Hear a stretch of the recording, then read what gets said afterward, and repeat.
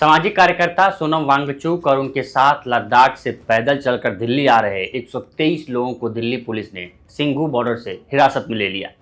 लेकिन सवाल है कि क्यों? आखिर सोनम वांगचुक के प्रदर्शन से किसे डर लग रहा है? आखिर उन्हें दिल्ली में हिरासत में क्यों लिया गया?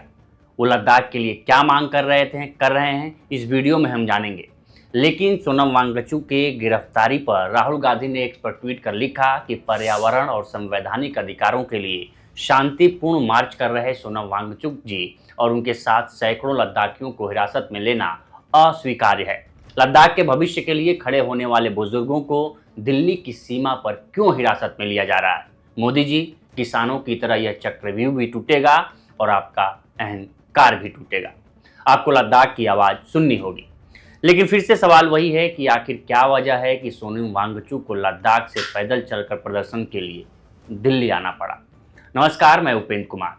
दरअसल सोनम वांगचुक के नेतृत्व में लद्दाख के लोग केंद्र सरकार से अपनी 4 सूत्रीय मांग को लेकर दिल्ली चलो पैदल यात्रा पर हैं। वांगचुक और उनके साथ आए लद्दाख से करीब 150 लोग जैसे ही करीब 700 किलोमीटर पैदल यात्रा कर दिल्ली के सिंघू बॉर्डर पहुंचे तो उन्हें दिल्ली पुलिस की तरफ से हिरासत में ले लिया गया।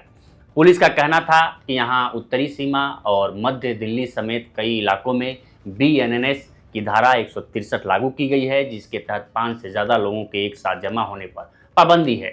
निषेधाज्ञा 5 अक्टूबर तक प्रभावी रहेगी। हालांकि मार्च में हिस्सा लेने वाली महिलाओं को हिरासत में नहीं लिया गया है।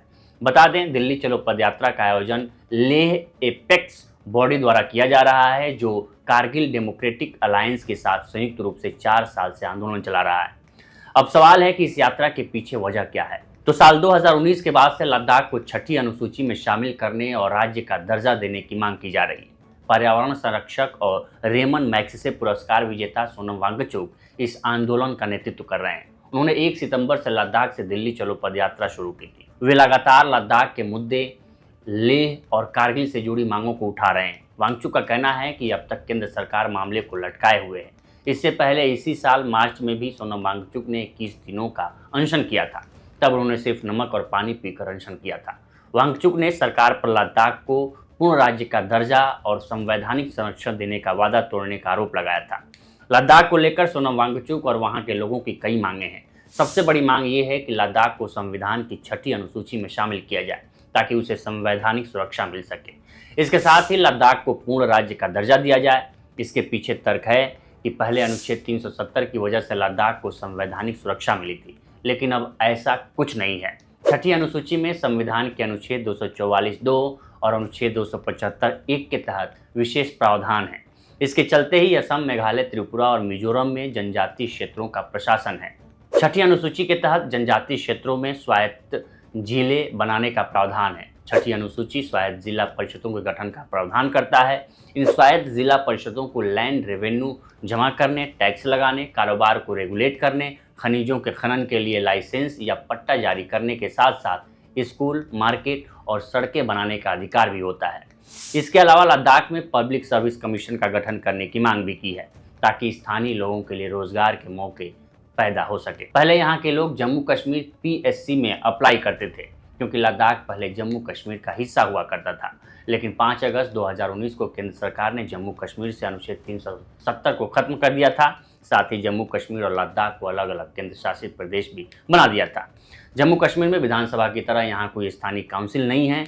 इसके अलावा उनकी केंद्रीय स्तर पर लोकसभा में 2 सीट और राज्यसभा में भी प्रतिनिधित्व की मांग है। असम, मेघालय, त्रिपुरा और मिजोरम छठी अनुसूची में पहले से शामिल हैं, जो आदिवासी समुदाय को विशेष सुरक्षा प्रदान करता है और इसी की मांग लद्दाख के लोग केंद्र सरकार से कर रहे हैं, जिससे उनका स्पेशल स्टेटस बरकरार रहे।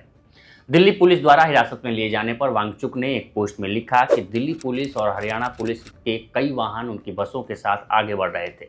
शुरुआत में उन्होंने सोचा कि उन्हें एस्कॉर्ट किया जा रहा है, लेकिन जैसे ही वे राष्ट्रीय राजधानी के पास पहुंचे तो हिरासत में ले लिया गया। वांगचुक ने आगे लिखा कि दिल्ली सीमा पर करीब 1000 पुलिसकर्मियों को तैनात किया गया था।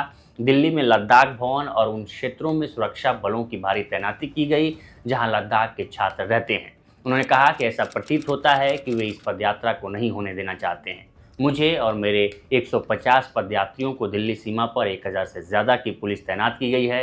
कई बुजुर्ग लोग और महिलाओं की उम्र 80 साल से ऊपर की है और कई दर्जन लोग आर्मी के रिटायर्ड अफसर हैं।